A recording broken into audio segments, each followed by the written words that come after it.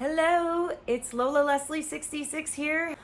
Today I want to talk about choosing the right beginner bike and why the weight of the bike and the size of the engine are not nearly as important as I used to think they were.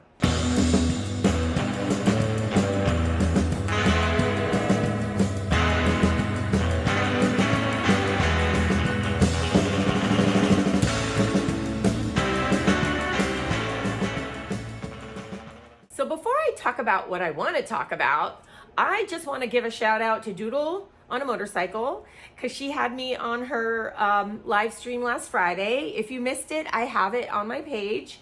I am feeling extremely grateful because she chose me to be in her calendar for 2022. So definitely check out the link below and order your calendar before they're sold out. It's all women riding motorcycles. Real women riding motorcycles, not half-naked women in bikinis. So if you're looking for that, you're in the wrong place. Today I want to talk about choosing the right beginner bike and why the weight of the bike and the size of the engine are not nearly as important as I used to think they were. Y'all know my husband's been riding for nearly 40 years. And he was the first person to try to teach me to ride. And I ended up taking the MSF course. So, he's got a lot of experience, so I listened to him. Now, everyone in my family that rides, they all started off on either scooters or dirt bikes. So my husband felt very strongly that I needed to get a dirt bike and learn how to ride it. But the problem is we live so far away from the desert, or anywhere we can go dirt bike riding, that I've only ridden it like 3 times in a year or 4 times. So I wasn't really getting a lot of use out of it. And I was telling my husband I wanted to sell it, and he was like freaking out. He did not want me to sell it. So held on to it. The first motorcycle that I said that I wanted was a Honda CTX 700N with the DCT transmission. I saw the bike. I love the bike. I know it's sacrilegious, but I like automatic transmissions on a motorcycle. I feel like, for me personally, I can control the bike better. And I know there's a lot of controversy about that, but whatever, that's me, that's what I wanted. So I wanted this Honda CTX 700N, and my husband felt like the 700 cc engine was gonna be too big for a beginner. And the bike weighs 500 pounds. And I wanted to get something that was under 400. So let me tell you what I have learned about engine size and engine or motorcycle weight. It's not really about the size of the engine. It's about the amount of the foot-pounds of torque, okay? This is a 700cc bike, and my husband's got a GSXR, which is a 750. Those two bikes are not the same, even though the engines are around the same size. My husband's bike is a lot faster because it's got about like 86 pounds of torque, foot-pounds of torque behind it, where the Honda CTX has about 46. My Zero has 78.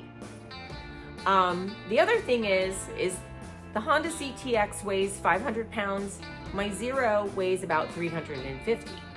The Honda CTX feels so much lighter. It's a cruiser kind of position bike. It's a low bike, and all the weight is at the bottom. It feels 150 pounds lighter than my bike, even though my Zero is 150 pounds less. The Zero is so top heavy that one little movement, I feel like I'm gonna drop it. So it's really not about the weight. It's about where the weight is distributed. And it's really not about the size of the engine. It's about how much power, how many foot-pounds of torque are behind that engine. That's going to make a difference. And then this gets to the other topic I wanted to bring up, which is learning to trust yourself. I really wanted, this would have been probably a better beginner bike for me, to be honest. It's, low center of gravity. It's not as fast. It's literally 1/4 of the price. So I should have trusted my own judgment as a beginner and gotten the bike. that I originally wanted probably would have been better for me than the Zero, just because the Zero is so expensive. It really is, it's an expensive bike. The other thing I'm finding with the Zero S is I didn't think I was going to be ready to ride as far as I'm feeling like I'm ready to ride now. It only gets about 50 to 60 miles if you're going like 45 miles an hour or more, like on a freeway or on like a main road. Like I did a 20-mile round trip, and it was, most of it was in stop and go traffic. About 8 miles of it was fast. I was in Palos Verdes going around the cliffs. So my average speed was like 45 miles an hour when we got on the roads that were out of town, like without the lights and the stop signs. But I still used 30% of my charge just going on a 20-mile round trip. And so I've been really wanting to go up to Malibu, which is a little bit more than 40 miles one way. And I'm not actually sure the bike's going to make it if I'm on the freeway for an extended period of time. So I wanted to get the CTX as a second bike. The range anxiety is like a real thing.